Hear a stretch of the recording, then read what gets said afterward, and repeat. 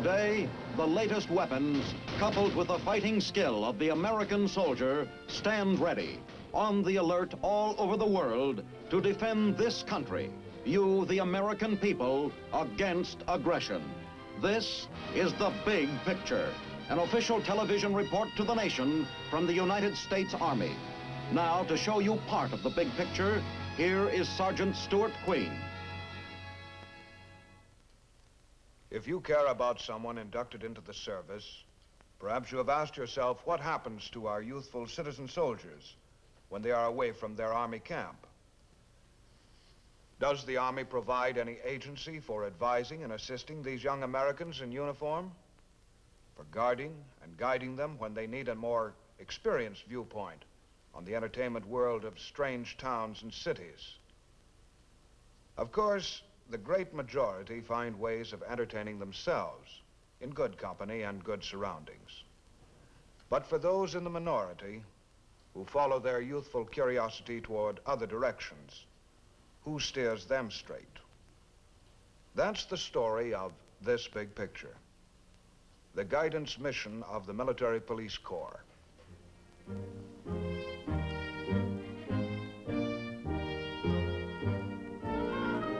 These two young men are dressing for an important assignment. Until recently, they were civilians, untrained, untested, undecided. Now they have under their stout leather belts a solid background of indoctrination in the psychology of handling men, and of handling them with understanding, consideration, courtesy, and firmness. These youthful servicemen are members of the Army's Military Police Corps, and the greater part of their period of service in the Army will be devoted to advising, assisting, and protecting their fellow soldiers. Perhaps you have seen military policemen like these on foot patrol or on motor patrol in an American town.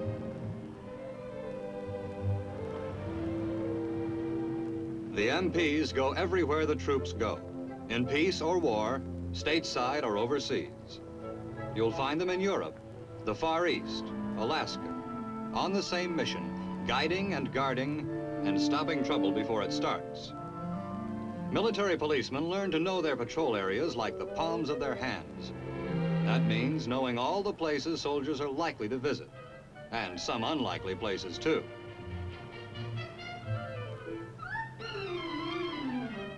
The young MPs establish good working relations with the city policeman on their beat.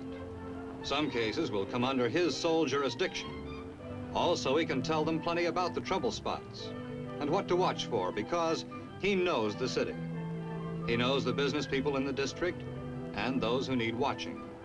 He knows the jailbirds, the ex-convicts, the riffraff, both male and female, who may try to victimize soldiers. The city policeman is more than willing to alert them. He knows the MPs are trained to take a lot of trouble off his hands.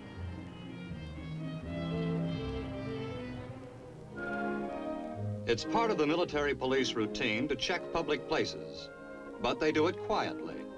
Some of the employees, like doormen and bellhops, may be good sources of information. A friendly acquaintance with them can be helpful.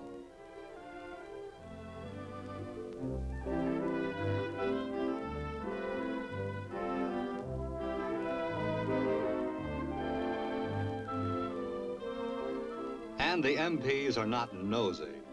The Army is not concerned with how a soldier spends his free time, just so he doesn't discredit the armed forces. It's easy enough to see what a place looks like from the front, but an MP has to know the back doors too, and where they lead to. They become just as familiar with the back alleys as with the main streets. More familiar, in fact, because at night, it's darker back here.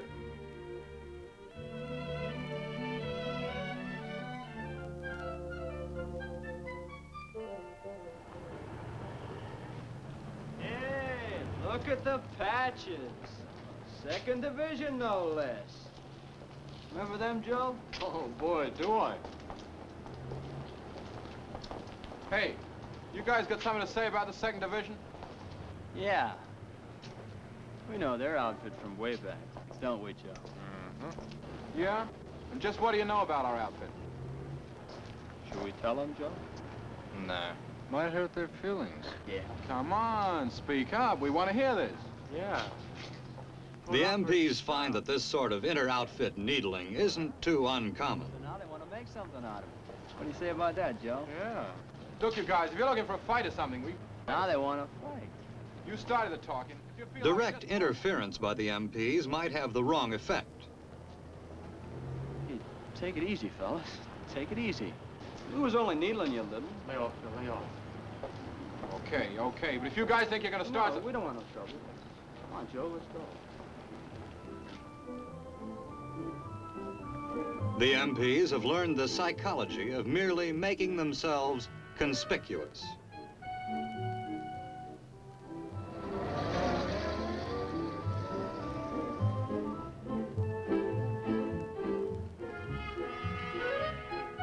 Here's a soldier who just missed the last bus to camp. Technically, he's going to be AWOL unless he gets another ride. What to do? That's where the MP steps in. There's a bus line over on 1st Avenue the soldier didn't know about. As for his pass that expires in half an hour, if he goes to the MP station first, he'll get a provisional pass. It pays the military policeman to be well informed, and he passes on that information.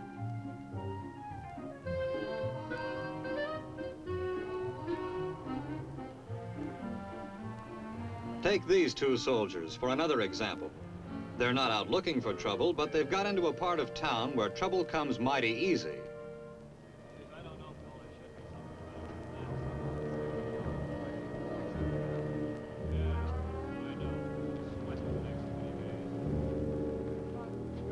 A cup of coffee. I ain't had nothing to eat in about a week. I guess 3 stripes ought to be worth the time, eh, kid? Here you go, Dad. Thank you. Come on. Sucker. Oh, blow. Hey, let's look in this joint.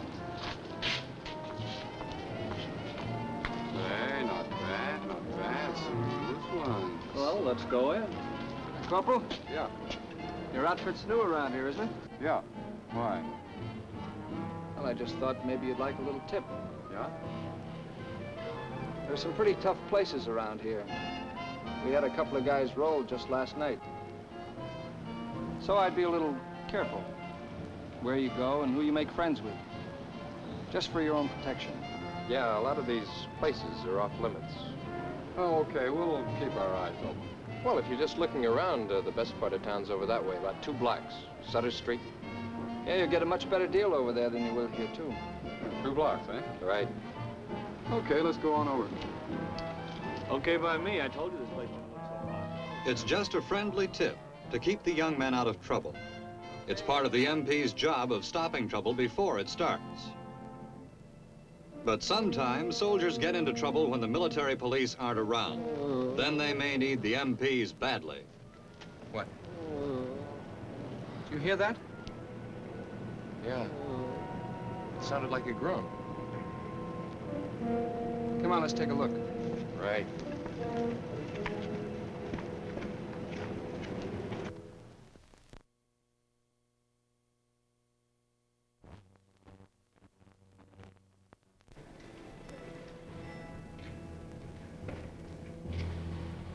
You'll remember that the MPs reconnoitered this alley during the daytime. Now in the darkness, they're alert for a possible ambush. Notice how each man has been trained to hold his flashlight away from his body in case somebody aims at it. His right hand is free to grab his pistol. Hey, over here. It's a soldier. You better take a look down there and then come back and give me a hand.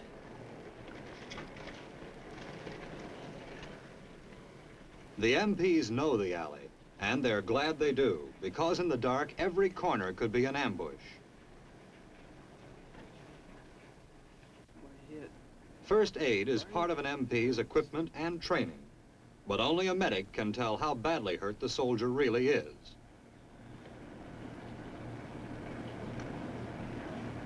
No, didn't find anything. Okay. You better call the station and get an ambulance. Okay.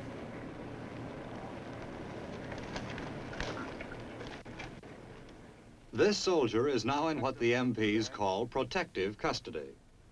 Their phone call to the station alerts the military police criminal investigators. It may be a case for the civil police, too, but the MP's first concern is for the soldier's welfare. You just take it easy until the ambulance gets here. You think you can talk enough to tell me your name? I'm Jim Foreman.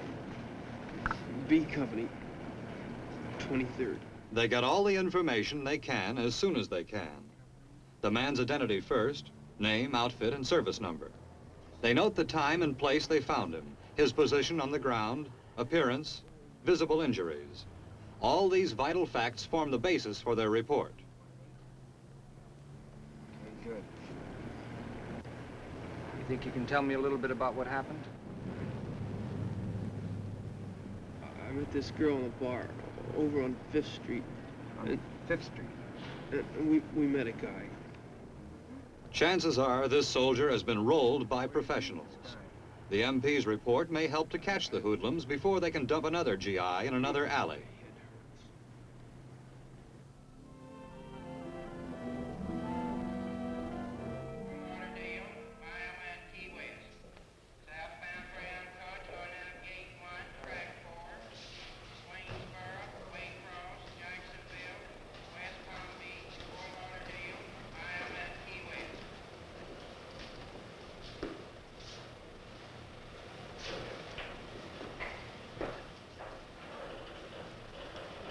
Soldier? What? It's 10 o'clock. What time does your bus leave? What'd you say? I said, what time does your bus leave? Not till 11. Why? Well, if you're going to stay here, you better police up that uniform. Oh, yeah, sure.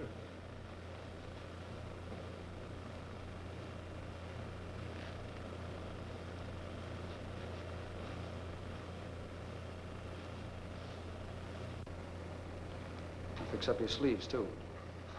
Yes. Swainsboro, Waycross, Jacksonville, West Palm Beach, Fort Lauderdale, Iowa, and Key West. Okay, now you look like a soldier. You weren't doing the Army or yourself any good looking like that. Okay. Sorry. Friendly but firm is the way they do it. And because they are friendly, most of the time there is no resentment. A soldier knows when he is sloppily dressed and when he should shape up.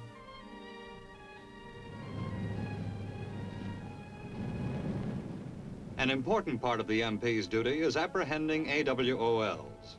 These goof-offs come in all sizes and conditions, from the chronic gold brick to the green youngster who merely stayed home too long and now fears he'll be shot at sunrise.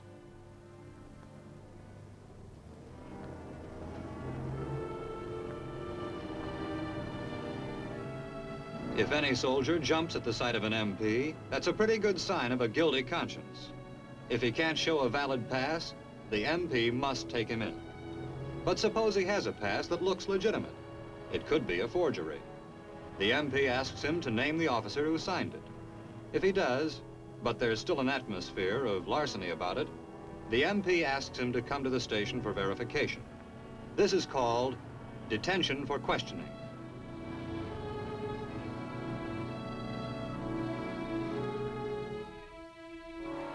At the station, he'll empty his pockets for the desk sergeant. Maybe he's not trying to hide a thing, but then again, maybe there's one little pocket he'd just as soon keep closed.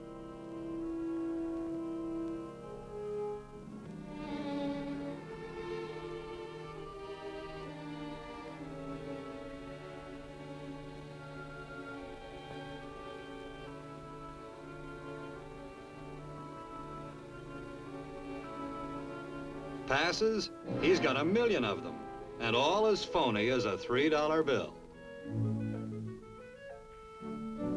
The MP finds that experience helps him to spot the erring GIs who are playing hooky, AWOL. For one thing, they usually run out of money, and some of them are likely to hang around pool rooms and places of this sort, picking up $1 or $2 as best they can. AWOLs may show up in civilian clothes or mixed uniforms. We know how an ostrich hides. Well, an AWOL may think a sports shirt completely covers his identity. but an alert MP spots those GI boots.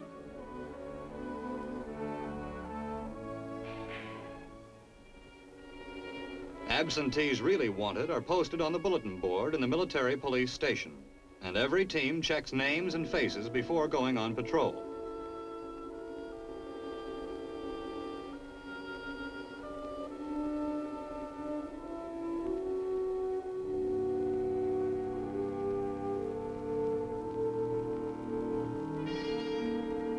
Not every AWOL is a good guy temporarily in a jam. Some are a little unbalanced to begin with, or their predicament tips them off balance. A man in this mood may use a gun to get money, or he may use it on the first MP who tries to apprehend him. Yet the MP's job is to protect this soldier against himself.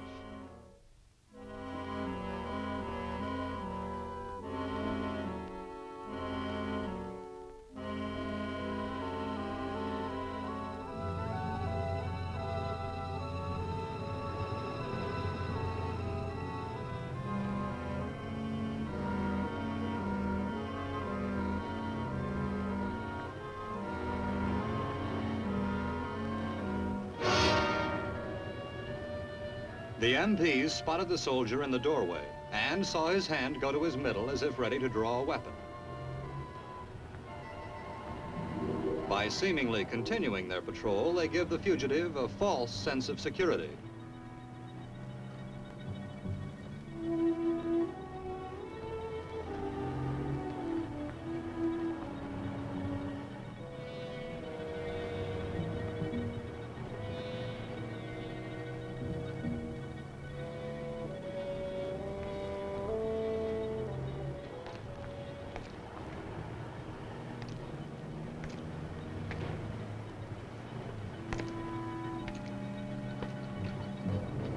Soldier, don't move. Keep your hands at your sides. All right, turn around, face the wall. Move over to the wall, move! All right, put your hands on the wall.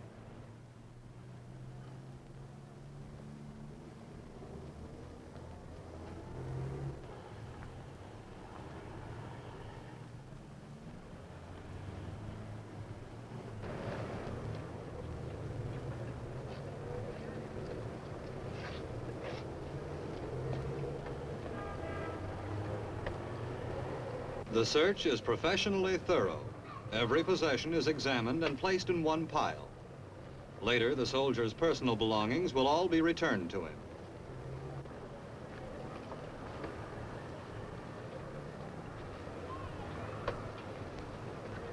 All right, put your right hand in the middle of your back.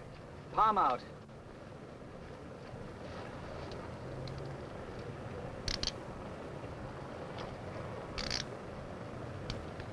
All right, move up, put your head against the wall. Put your left hand in the middle of your back, palm out. Study of this soldier's case may include psychiatric help.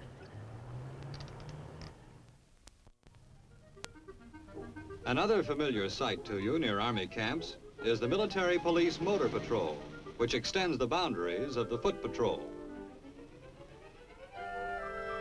and keeps in touch with it.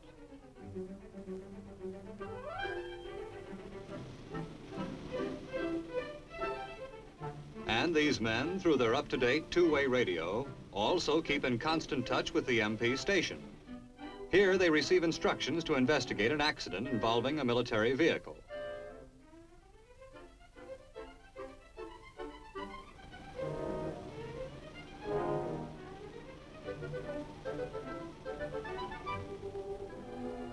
The motor patrol gives first aid to the injured, whether they be soldiers or civilians, and its reports are coordinated with those of the civil police.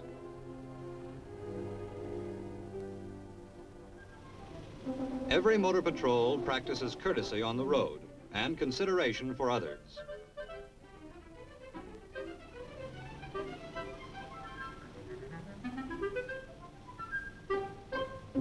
Then there's the reckless driver. Yes, the military has them too.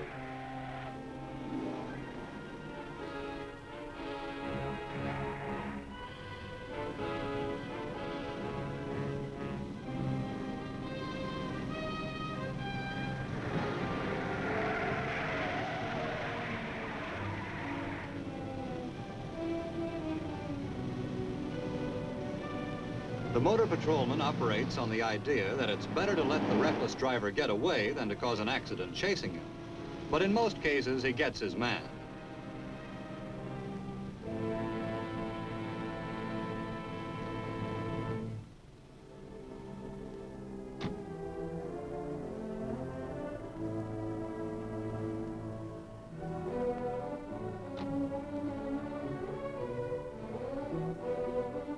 Punishment? Well, the sergeant's company commander will take care of that. And now we come to an extremely active part of a motor patrolman's duty. In the outlying parts of town, among cafes, dance halls, and roadside taverns.